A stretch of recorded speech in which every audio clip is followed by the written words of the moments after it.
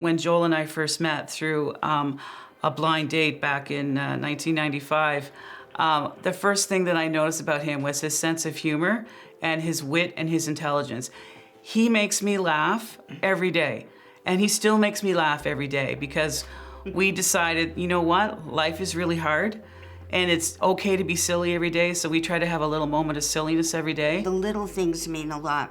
When he smiles at something, when he's happy at something, I'm happy at something too. Life is hard enough, life is serious enough, and this is gonna be a tough journey, no doubt about it, but I've decided we're gonna do the best that we can to make him as happy as possible and also to help us as much as we possibly can too.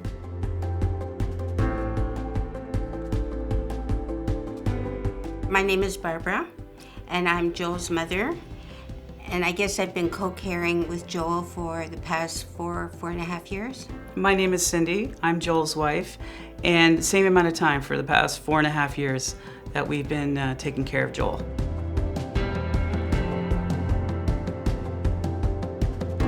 I have never, ever heard of early onset dementia, ever. I've known that dementia happens to older people, but I was thrown. Yeah, same here. When he got his diagnosis in the fall of 2018, I had never heard of early onset dementia. I honestly thought it was for something for people like much older. And the clues beforehand leading up to the diagnosis kind of put all the puzzle pieces together. And it was like kind of like an aha moment, like, okay, now I understand why he was doing some of the things he was doing beforehand. I mean, it was good that we could put a name to it, but I was shocked because he was only at the time 49 years old. So I was like, no way do people that age get it, but apparently they do. We didn't know what to do at the beginning. We were absolutely lost, both of us. He was really good at what he used to do as being as an editor. Like he was like, a crack editor, well respected by his colleagues, and then he was starting to have issues with his work with producers, getting more notes than normal, and he was having a harder and harder time keeping up with the work. There was no way I was going to accept dementia. It's just not going to happen. I sort of thought it was depression. There would be other times when he was doing tasks around the house, he would have, like, I don't remember how to do this, or can you help me with this, or I don't, and I would just get frustrated to say, but you've been doing this all your life, I don't understand. So it was kind of like, I need to find out what's going on, but I don't know what it is.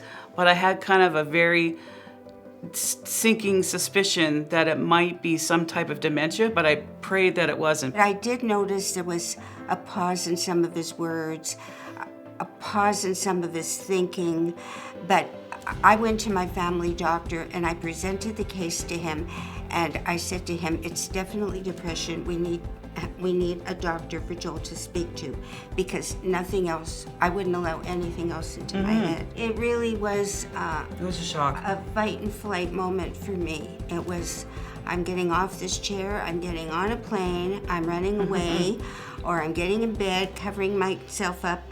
Everybody's wrong. It took me forever to accept this diagnosis. Yeah, it was tough. There was no way it was entering my head. Finally, one of the hardest things in my life ever is, I've heard of the Alzheimer's Society before.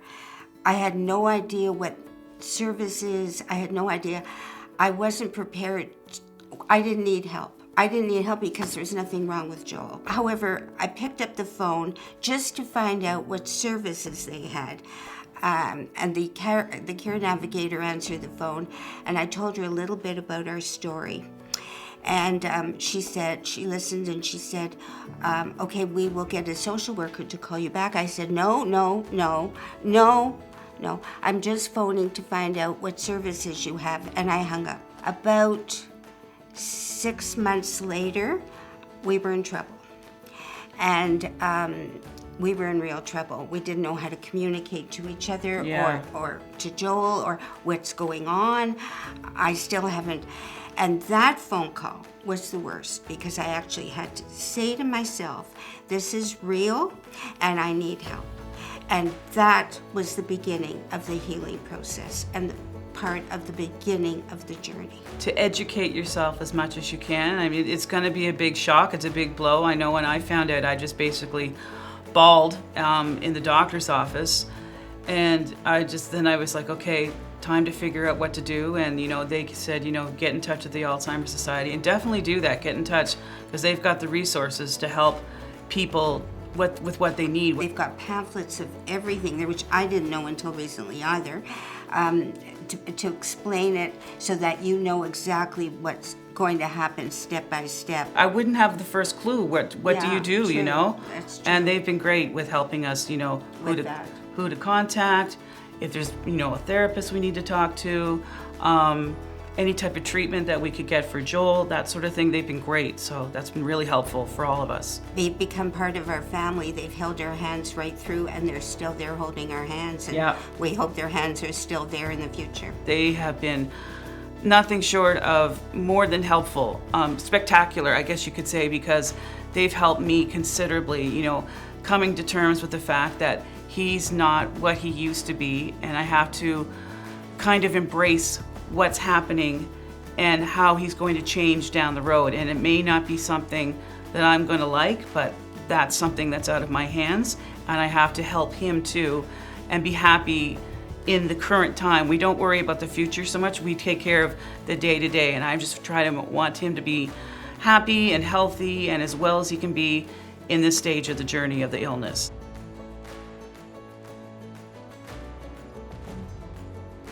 I find now Joel seems to be more observant of the world around him.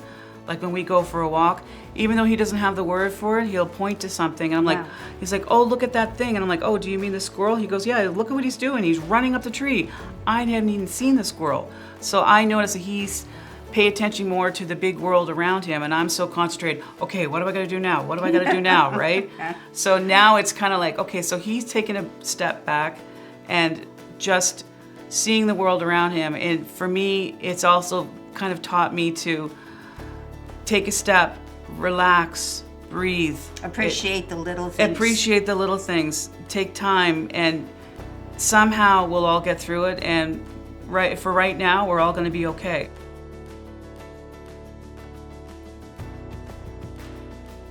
I would say to a caregiver who's new at being a caregiver that they're not alone, that there is help in the community. They have to pick up that phone and make the first step. I would agree. I would also say that be patient with yourself, be kind with yourself. Some days are going to be really, really hard, and you're just going to throw your hands up and say, I can't do this anymore, but you can. You have to rely on the Alzheimer's Society, the help that they give. Also rely on your friends and family, and think, I can do this all by myself. You're not a super person. You're not like a Marvel hero or whatever. If you need help, get the help, whether that be talking to a therapist or talking to a family member or a clergy person that would help you with whatever you need to talk about. Because I find for me that you'll bottle up frustration and sadness and anger, and eventually it'll come out, and it may not come out in very healthful ways. So you really need to take care of yourself. Well, it depends where you are in the spectrum of accepting this disease. And I think generally for most people, though, to find what it's about, what lies ahead, what resources are there, who to phone, who to trust, get a friend, cry, get it out of your system. Everything is okay, you know? And let's hope to God that they'll find something soon.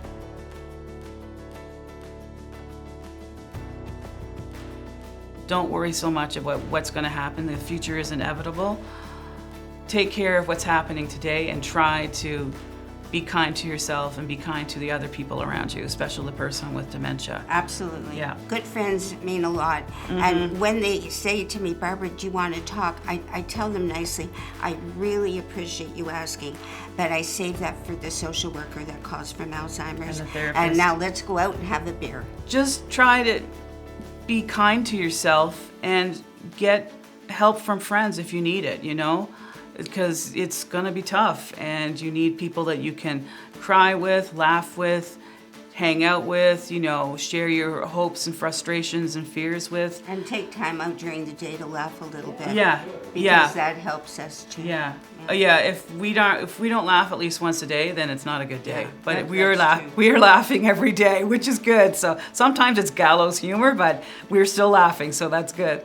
And we're still here. And we're still here. Yeah, still alive. So that says a lot, That right? says a lot. Yes, it does.